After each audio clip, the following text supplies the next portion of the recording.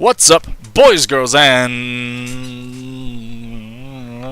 everything between? It's Raptor Patton, coming here with the only introduction that just kind of recognizes trans people, I guess. No, really, I said boys, girls, and everything in between. That includes you, trans people. I didn't forget about you, don't worry. I also included you, whoever's not included on that list, because I have included you. You just didn't notice. Why are we purple? Purple's one of the fucking coolest colors, but it's just kind of a random color. Like, that's what my brood is. That's what we are. We are purple. We are the purple brood of doom. Doom, doom, doom, doom, doom, doom, doom, doom. I'm probably gonna get sued for copyright on that number. Alright, I won't continue with the Doom song. Anyway, so I was thinking recently. Here's an interesting note. I want you all to think about this. If you are a working class person, let's say that you work in a factory or something of that nature. You produce products. I already had one? Oh, for fucking... whatever. We have an extra one, then. I was a little out of it last time that we played. Anyway. So, is my question. If you are a working class person, you produce value, right? You produce goods and such like that have actual value. Now, where does that value come from? Well, it comes from your labor, right? You worked on it, you put the time in, you were paid so much, but it's mostly the time and the effort required to then produce a thing, right? Okay, I think we can all agree on that. I've worked in a factory before. I was producing airplanes. Parts for the F-16, I mean the F-35 specifically. But that's a different matter, and I honestly can't tell you more than that, because I'd get in a lot of trouble and would be sued. But I was producing F-15 parts. That was my job for a while. I've also been in the military, which does not produce value, but it has an intrinsic value to a society. So we'll just ignore that for now. Arguably produces value for a society. We could get into some really deep semantics that will go nowhere otherwise. But anyway, so let's say that you work in a factory that produces shoes. Let's just say, just as an example, this is a hypothetical situation, so don't take it too literally on the details. So, if you are working in a factory producing shoes, you sit down at a machine every day, and the boss says, I will pay you $10 an hour to make shoes, to just work this machine. And that's it. That's your job. That is your entire job. You just make shoes all day, every day. 8 hours a day, 40 hours a week. You know, the standard. Occasional overtime, but we won't take that into account for right now. You produce shoes at $10 per hour. The machine that you're working on produces, say, $40 worth of value every day.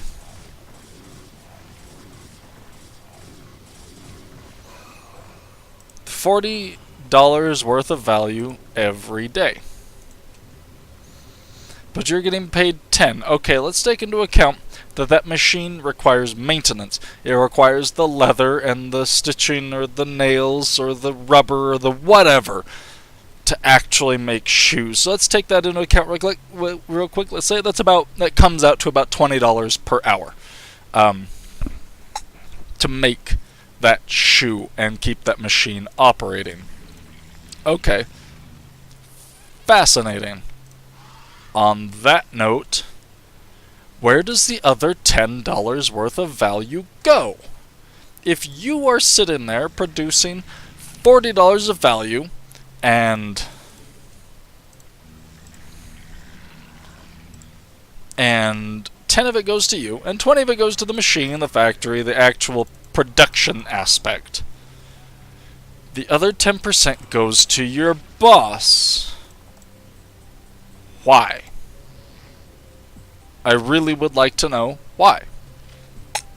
Why does your boss then make as much as you're making per hour, but off of each person in that factory? Let's say there's 100 people in this factory. That boss is now making $1,000 per hour, and what does he do? Nothing.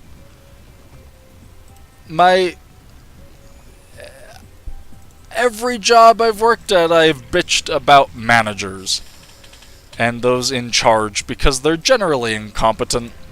They really are, especially middle ground managers. But anyway, you see what I mean. Let's get this over here so we can kind of defend that border. Get ourselves a spire and a queen's nest while we're at it. So, your boss makes as much as you, on just you, per hour, and he doesn't do anything. Why? Does that sound like theft to you? Now, a lot of people are very... I hear a lot of people bitching about taxes. That taxes are stealing from your income. Taxes are taking a minuscule amount from your income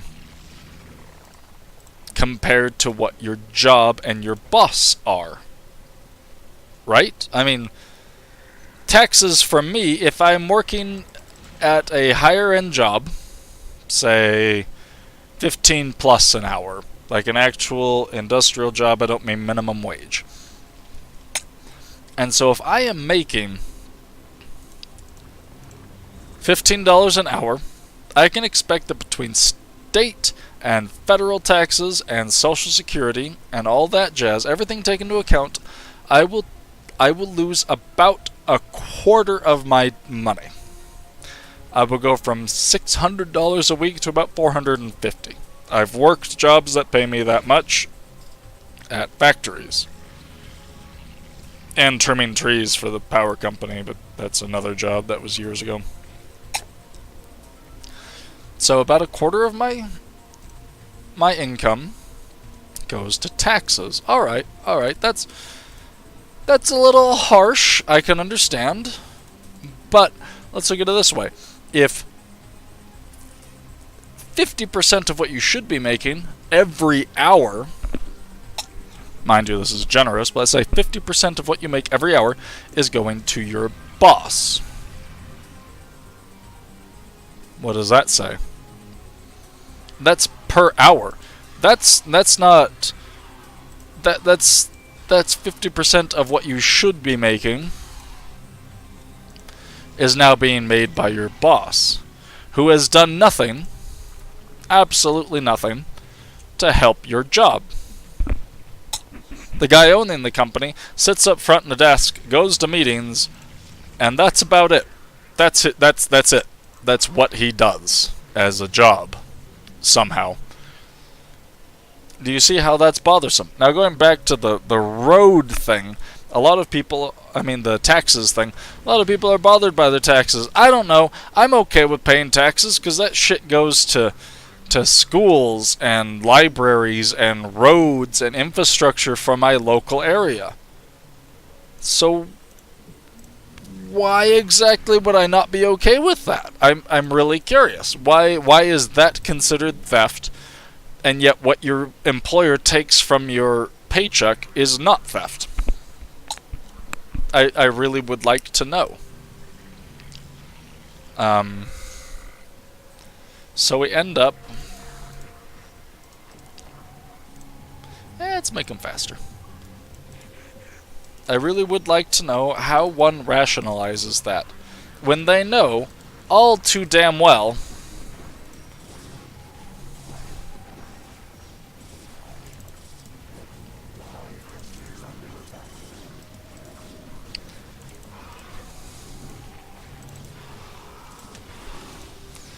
when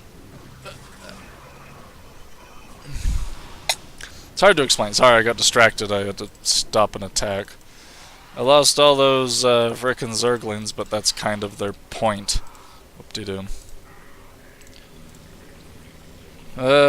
One of you will be... Oh, shh! It didn't click. Oh, well. Get up here. Don't go exploring. I don't want to lose Hydralisks to nothing. That's what Zerglings are for. They can just die. I don't care if Zerglings die. That simply does not bother me.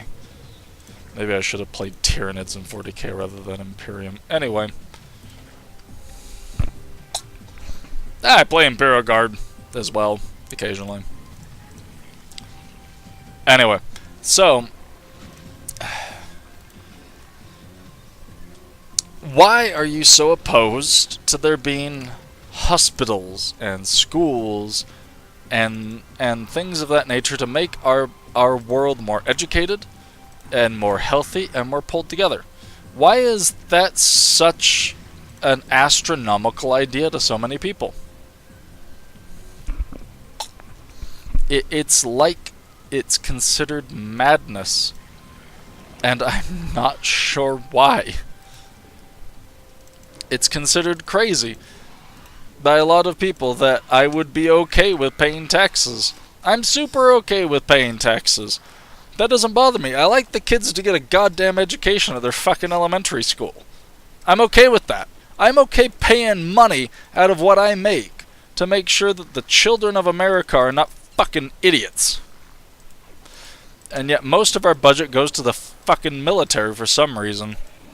And I spent almost a decade in the military. It's so goddamn wasteful. It's not even funny. The military is a fucking joke when it comes to expenditures and operating. There's so much that's wasted. We throw away so much shit. We go into Iraq and we burn their weapons. We burn weapons that we find. Why? Oh, that's a lot of dudesies. See if we can kill one of them. Oh, well, we killed one. Victory is achieved. Anyway. So we end up with a population of people that just don't give a shit about the kids. Remember, everyone's pro-life up until you're born, then they don't give a fuck about you, and then, oh, they give a fuck about you, as George Carlin said, once you're military age, then you're just what they're looking for. You're perfect the way you are. Let's get you on the fucking front line, 18-year-old kid.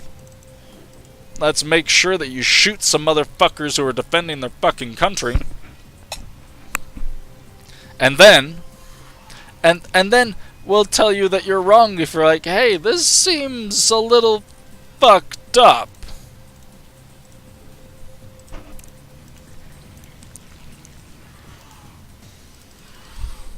Really? Really? That's the point that we're going to focus on?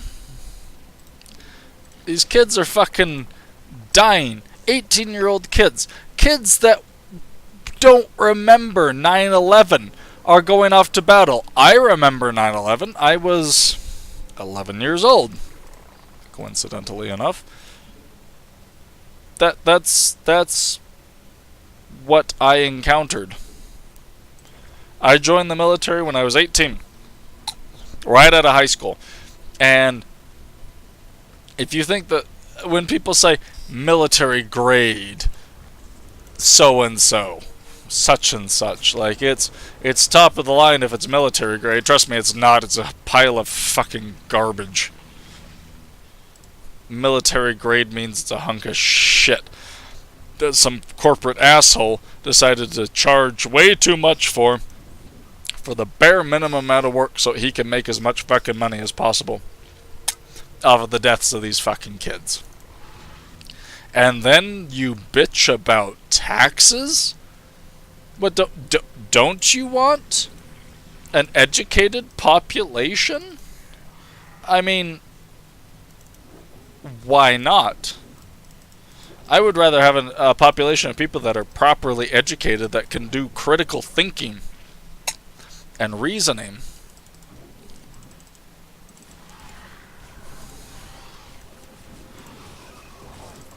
That's what I want.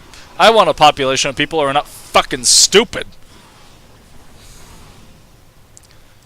And I tend to have a bit of racism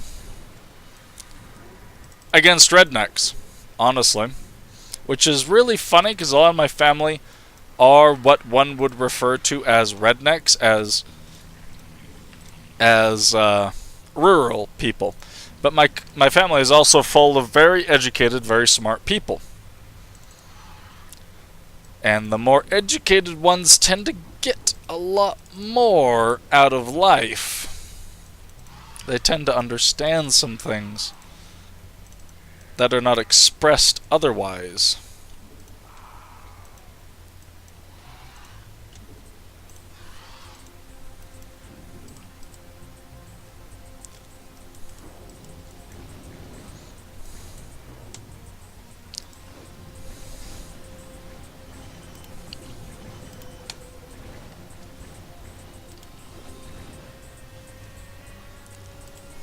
We're gonna just clear out this fucking mineral cache like the goddamn colonizers we are. This land didn't belong to the Protoss first at all. So it should be alright for us to take it, right? Anyway. So here we are, in a situation where the military is taking an ungodly amount of our fucking production and our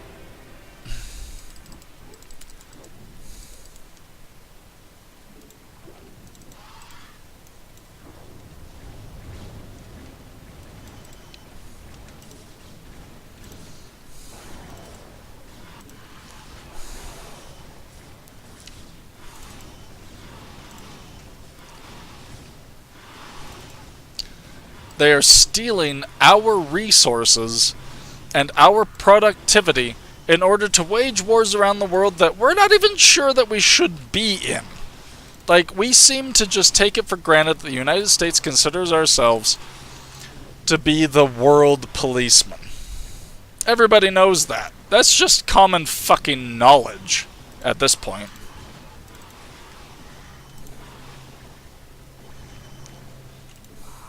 Need to actually destroy their bases of operations. But here we are in a world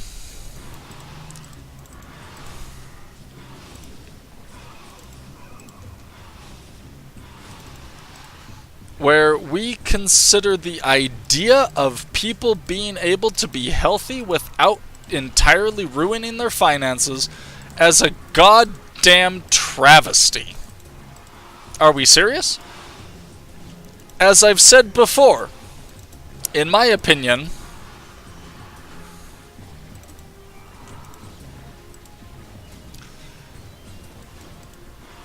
I operate on the belief that all life has intrinsic value. It just does.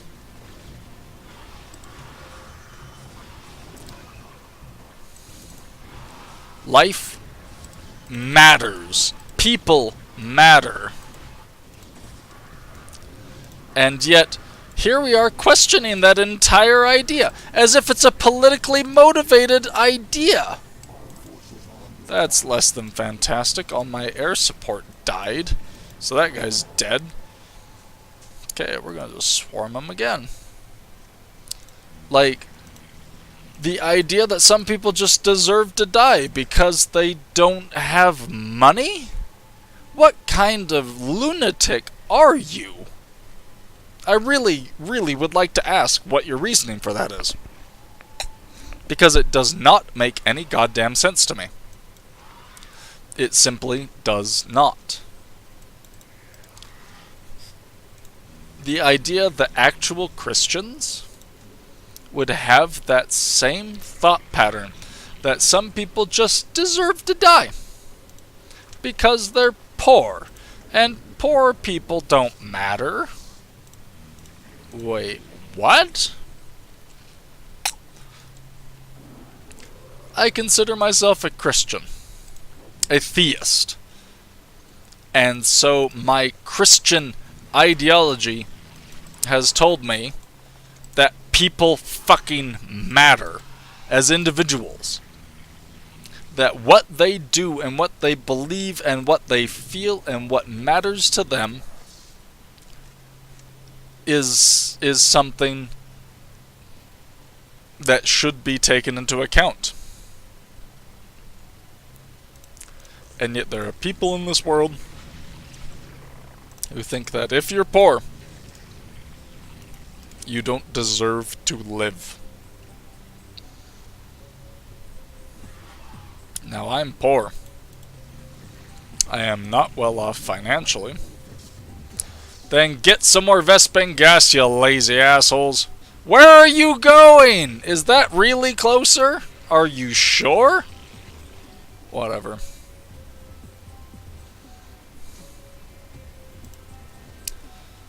And so for me, the question of should people live or die dependent on their finances, not really an issue. It's not. I believe in the intrinsic value of human life. And I know that that's apparently controversial these days, but I'm a little drunk. I don't give a fuck what you think. Because I know what I believe. And I've been noted by a lot of people to be the kind of person who knows my own mind. I really do. I know what I believe, and I know why I believe it.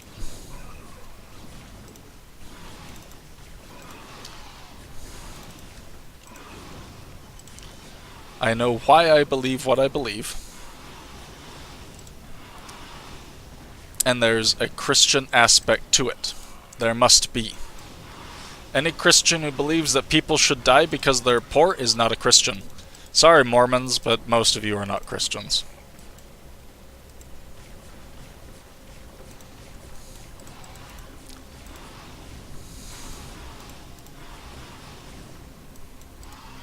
You're not. You're shitheads who have taken the name of Christ and perverted that shit to your own fucking ends. I'm not really the biggest fan of that. Sorry. I know that that might be offensive to some people, but happy fucking Hanukkah, by the way. Because I don't wish people a Merry Christmas. I usually say either Happy Hanukkah or Happy Holidays. I'm a Christian, but my family is very Jewish. Take that, alt-right. You know, we used to have a Shield of David up in our window all the time. We would have menorahs. It was strange to me when I was a very little kid that none of my friends at Christmas time had a menorah. Like, I was raised Christian. It was a normal thing, sure. But it was like, oh, we do the menorah and the Christmas tree, right? And I'd go to my friend's house, like, once you're really young and you start to actually hang out with other people, and you're like, where's your menorah? And they're like, what's that? I'm 3 or 4. I don't know what a menorah is. And I'm like, I didn't know how to explain it. I'm like, it's a thing with candles. I don't know. I'm 4 years old. I don't know how to describe the damn thing. And it's astounding to me that people get all bent out of shape about the Happy Holidays versus Happy Hanukkah versus Merry Christmas. How about this? Happy Kwanzaa. Fuck you. I'm going to wish people a Happy Kwanzaa. I'm not even black, but I'm going to do that because solidarity with the fucking people of color out there. Happy fucking Kwanzaa, all you asshats. And those who aren't asshats, but most people are asshats, don't worry about it. Anyway, I think it's probably about time. I've been ranting a little bit. So you all have a great, whatever the fuck the rest of your, what is it, Tuesday? God, it's Tuesday. Ugh. Anyway, you have a great rest of your Tuesday, and I hope to see you next time. Rock on, and I'll talk to you later. Bye-bye.